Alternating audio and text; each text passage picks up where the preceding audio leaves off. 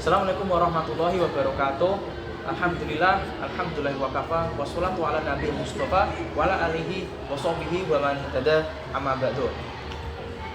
Kami perwakilan dari kelompok 1 untuk menyelesaikan tugas kami pada mata kuliah Bahasa Indonesia. Kami akan membawakan presentasi yang mana berjudulkan Sejarah Kedudukan dan Fungsi Bahasa Indonesia.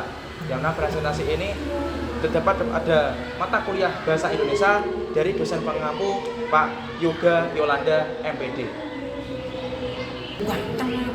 Sebelum memasuki presentasi kami, sebelumnya perkenalkan kami untuk memperkenalkan kelompok kami terlebih dahulu. Dimulai dari saya, perkenalkan nama saya Nizar Alamsyah dari Tulungagung. Saya Muhammad Muqtafi Farsha dari Lumajang. Saya Wafa Hafifah dari Sumatera. Saya Nurmani Nikmah dari Singosari.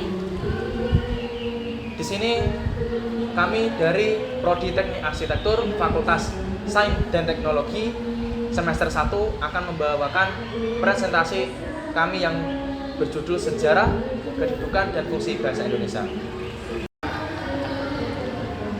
Masuk pada bagian pendahuluan. Bahasa memiliki peran penting sebagai alat komunikasi sekaligus identitas suatu bangsa. Di Indonesia yang kaya akan keragaman suku dan bahasa daerah, bahasa Indonesia hadir sebagai pemersatu bangsa. Bahasa Indonesia berperan ganda sebagai bahasa nasional yang menjadi simbol persatuan dan kebanggaan bangsa dan menjadi bahasa negara dalam kehidupan resmi kenegaraan. Pada presentasi kita kali ini terdapat 3 bab atau poin yang akan kita bahas. Yang pertama, A. Sejarah perkembangan bahasa Indonesia. Yang kedua, B. Kedudukan bahasa Indonesia. Dan yang terakhir, yakni C. Fungsi bahasa Indonesia. Memasuki pembahasan kita yang pertama, yakni sejarah perkembangan bahasa Indonesia. Baik, saya akan melanjutkan materi yang disampaikan oleh teman saya, yakni sejarah perkembangan bahasa Indonesia. Bahasa Indonesia berasal dari bahasa Melayu. Sampai saat ini, bahasa Indonesia telah mengalami perubahan dan perkembangan baik dari segi kosakata maupun dari segi tata bahasanya. Berikut ini akan dijelaskan sejarah dan perkembangan bahasa Indonesia. Yaitu yang pertama, sebelum kemerdekaan.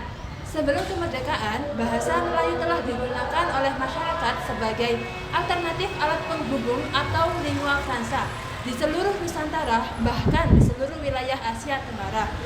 Bahkan bangsa-bangsa asing pun yang datang ke negara Indonesia itu menggunakan bahasa Melayu untuk berkomunikasi dengan masyarakat Nusantara.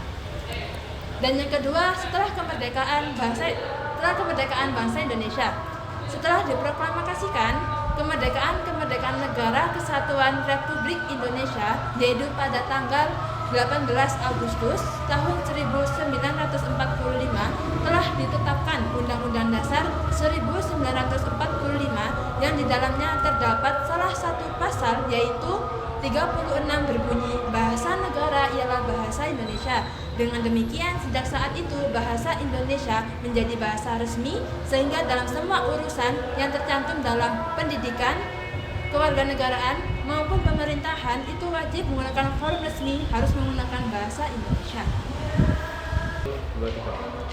Baik, di sini saya akan melanjutkan materi yang telah disampaikan oleh teman saya, yaitu di bab yang kedua, kedudukan bahasa Indonesia. Sebagai bahasa nasional itu terbagi menjadi 4, yaitu yang pertama lambang jati diri atau identitas, yang kedua lambang kebanggaan bangsa, yang ketiga alat pemersatu berbagai masyarakat yang mempunyai latar belakang etnis dan sosial budaya serta bahasa daerah yang berbeda, dan yang terakhir alat penghubung antar budaya dan antar daerah. Sebagai bangsa negara itu juga memiliki 4 poin, yaitu bahasa resmi negara, bahasa pengantar resmi di lembaga-lembaga pendidikan, bahasa resmi dalam perhubungan tingkat nasional untuk kepentingan perencanaan dan pelaksanaan pembangunan serta pemerintahan, dan yang terakhir bahasa resmi dalam pengembangan kebudayaan dan pemanfaatan ilmu dan teknologi.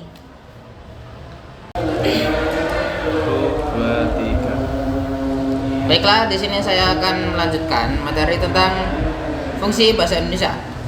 Fungsi Indonesia sebagai bahasa negara. Yang pertama, bahasa resmi kenegaraan. Dalam kaitannya dengan fungsi ini, bahasa Indonesia dipergunakan dalam administrasi kenegaraan, upacara atau peristiwa kenegaraan baik secara lisan maupun bentuk tulisan. Yang kedua, bahasa pengantar dalam bahasa pendidikan. Sebagai bahasa pengantar, bahasa Indonesia dipergunakan di lembaga-lembaga pendidikan baik formal maupun non formal, dari tingkat taman kanak-kanak sampai perguruan tinggi. Yang ketiga, bahasa resmi untuk kepentingan perencanaan dan pelaksanaan pembangunan nasional serta kepentingan pemerintah. Yang keempat, alat pengembangan kebudayaan, ilmu pengetahuan, dan teknologi.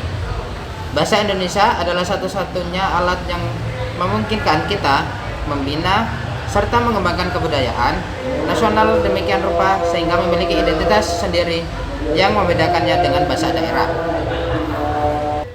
Dan terakhir, sebagai bahasa nasional. Sebagai bahasa nasional, bahasa Indonesia sebagai identitas nasional. Bahasa Indonesia kita junjung di samping bendera dan lambang negara kita. Bahasa Indonesia sebagai kebangsaan bangsa. Kedudukan kedua dari kedudukan bahasa Indonesia sebagai bahasa nasional dibuktikan dengan masih digunakannya bahasa Indonesia sampai sekarang ini. Bahasa Indonesia sebagai alat komunikasi. Kedudukan ketiga dari kedudukan bahasa Indonesia sebagai bahasa nasional dibuktikan dengan digunakannya bahasa Indonesia dalam berbagai macam media, komunikasi, buku, koran, acara, pertelevisian, siaran audio, website, dan lain-lain. Yang keempat, bahasa Indonesia sebagai alat pemersatu bangsa yang berbeda suku, agama, ras, dan adat istiadat, agar budaya bangsa Indonesia memiliki bahasa pemersatu dalam berkomunikasi walaupun berbeda-beda asal, suku, ras, dan adat. Kesimpulan dari presentasi kita kali ini, bahasa Indonesia memiliki perjalanan sejarah yang penting. Dengan peran ganda sebagai bahasa nasional dan bahasa negara, bahasa Indonesia tidak hanya berfungsi sebagai alat komunikasi, tapi juga sebagai identitas pemersatu dan simbol kebanggaan bangsa Indonesia. Itu tadi presentasi yang dapat kami sampaikan mengenai pembahasan kami yang berjudul Sejarah, Kedudukan, dan Fungsi Bahasa Indonesia dari matkul Bahasa Indonesia dari dosen pengampu Pak Yoga Yolanda MPD. Sekian, terima kasih, dan mohon maaf jika ada salah tutur kata dalam presentasi kita kali ini. Sekian, itu saja yang dapat kami sampaikan. Kurang lebihnya, wassalamualaikum warahmatullahi wabarakatuh.